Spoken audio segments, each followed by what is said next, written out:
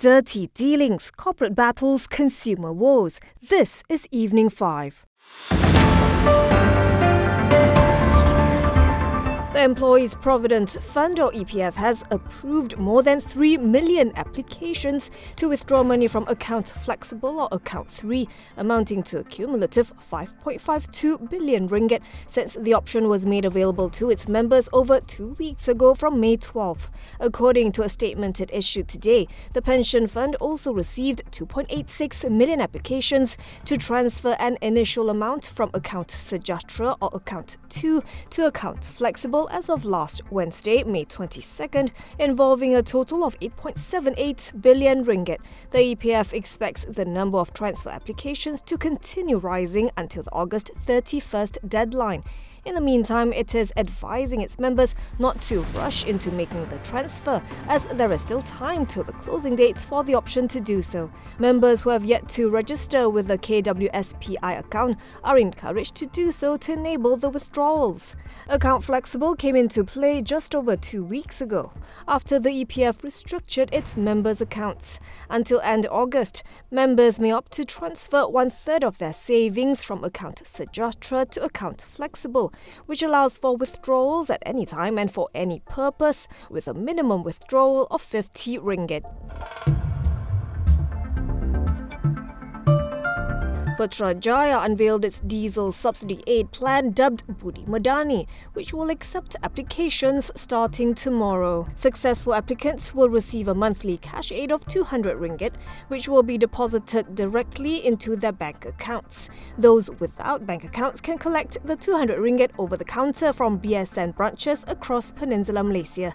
The Finance Ministry said there are 2 categories under the program: Budi Individu for individuals and Budi Agri-Commodity for agriculture and commodity smallholders. In order to be eligible for Budi Individu, applicants must be Malaysian citizens owning diesel-based non-luxury personal vehicles under 10 years old with active road tax. Their annual individual or joint income should not exceed 100,000 ringgit. Applications will be cross-referenced with data from the IRB. As for Budi Agri-Commodity, applicants must be active farmers or smallholders who are already registered with the relevant agencies under the Ministry of Agriculture and Food Security or the Ministry of Plantation and Commodities. They must have an annual turnover of 50,000 to 300,000 ringgit.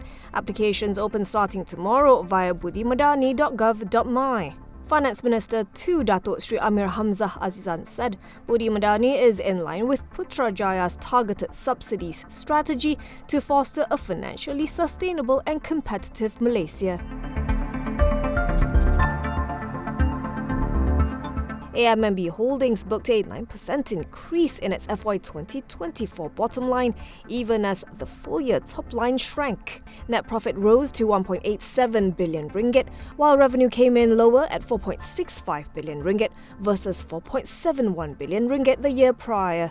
In a bourse filing today, AMMB said its latest quarterly earnings were up 11% year-on-year to 476.54 million ringgit, on the back of revenue of 1.17 billion ringgit, which inched up by 0.8%, driven by higher non-interest income or NOII.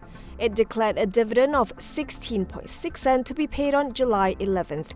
Reviewing its performance, AMMB said NOII growth was primarily boosted by higher fee income from investment banking, fund and wealth management, as well as higher investment income and trading gains from global markets and foreign exchange income from business banking and retail banking. On the bank's outlook for FY 2025, its Group CEO Jamie Ling said the lender expects global financial markets to remain volatile, centered around inflation outlook and monetary policy direction on interest rates globally. Despite ongoing geopolitical tensions and conflicts, he said external demand drivers have improved. Domestically, AMMB is expecting Malaysia's economy to expand by 4 to 5% this year. Pharmaniaga returned to the black after 2 consecutive quarters of losses, thanks to higher revenue and cost control measures that lowered expenses. According to its bourse filing, first quarter FY 2024 net profit totaled 25.65 million ringgit, a 9-time jump compared to 2.65 million ringgit over the same period a year ago. Revenue rose 9.6% to 964.96 million ringgit on demand in the concession segment and Indonesian business. No dividend was declared for the quarter. Looking ahead, Pharmaniaga said it intends to sustain its momentum and focus on public sector engagement, biopharmaceuticals, cost efficiency, private market expansion, and transforming its Indonesian operations. It also said its logistics and distribution remain resilient and uninterrupted, despite its Practice Note 17 status, and that it will continue to deliver supplies on schedule. The group noted that the readiness of its manufacturing facilities, including the pre-filled vaccine syringes and insulin cartridge facilities, demonstrates its preparedness for upcoming production phases. It said the insulin project is progressing with dossier submission in February and commercialization aimed for mid-2025, while process validation is expected to start by December this year. KIP REIT, which mainly manages retail properties, plans to acquire the 7-floor DPulze shopping centre in the heart of Cyberjaya's major commercial area for 320 million ringgit.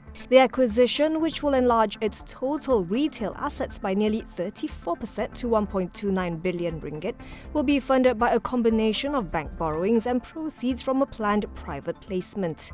The placement involves a sale of up to 180 million new units through book building, and KIP REIT MD Dato Ong Kok Leong has pledged to take up as many as 15 million units. Based on an illustrative price of 81.5 sen, the private placement could raise up to 146.7 million ringgit. The acquisition, which is the REIT's largest since its listing in 2017, is scheduled to be completed by the first quarter of 2025. Its Executive Director and CEO Valerie Ong Pui Shan said KIP REIT is also looking at potential industrial assets to achieve its 2 billion ringgit assets under management target in the next 3 years, though she did not elaborate on the potential acquisitions as negotiations are ongoing. She did say that the REIT is eyeing mostly Peninsular Malaysia, though it is also keeping its options open for East Malaysia.